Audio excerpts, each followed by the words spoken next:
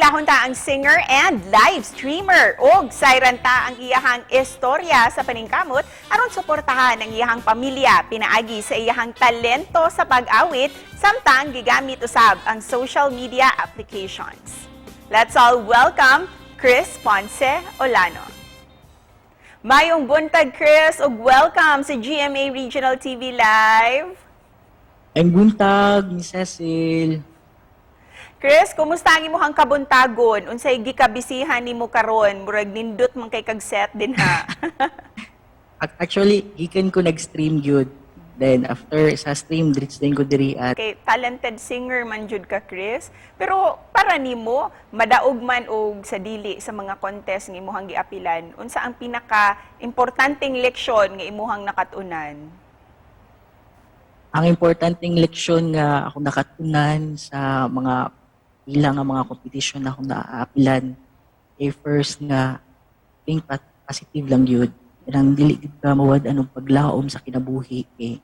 Maabot ra gid ang time nga maimo. And of course, ikaw, Chris, graduado ka sa kursong accounting technology. Pero ni-resign daw ka from your job ug karon nag-live streaming na ka as you mentioned earlier. Can you tell us, Chris, unsay nakapausab sa imuhang career decision? Actually, dako kay siya nga decision nga ni-resign gali ko sa akong nahuman nga kurso as accounting technology. Kaya ang gusto gid sa akong mama nga pahumanon ko then para mahimong CPA.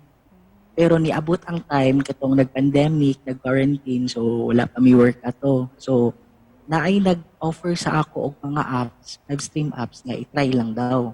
Dako kayong impact sa ako ang pag-live stream, isa ka live stream singer sa ka-app kay wag nahinay-hinay na nako og kanang accomplish ang akong dreams ginagmay inaagi sa paghatag sa ako ba financially. Pwede ba mi mangayog pa-sample gikan kanimo? Pwede ba minimong haranahan karong buntaga? Just to dance, we can make it if we try. Just to dance, you and I. Just to do this, building clouds in the sky. Just to dance, you and I. Woo! Salamat! Wow!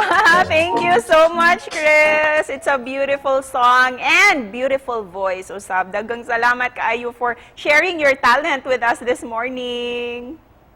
Salamat po ni Cecil.